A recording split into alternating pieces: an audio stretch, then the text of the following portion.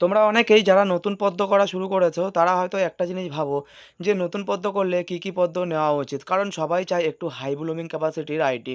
তাই জন্য আজকের ভিডিওটা সেই তাদেরই জন্য যারা নতুন নতুন পদ্ম শুরু করতে চাও। আর এর মধ্যে একটা ভ্যারাইটি থাকবে সাদা। তো প্রথমেই চলে আসি, প্রথম ভ্যারাইটিটা হতে পারে তোমাদের কাছে সীতারা। কারণ সীতারা একটি আদর্শ ভ্যারাইটি হতে পারে যারা নতুন পদ্ম শুরু করেছো।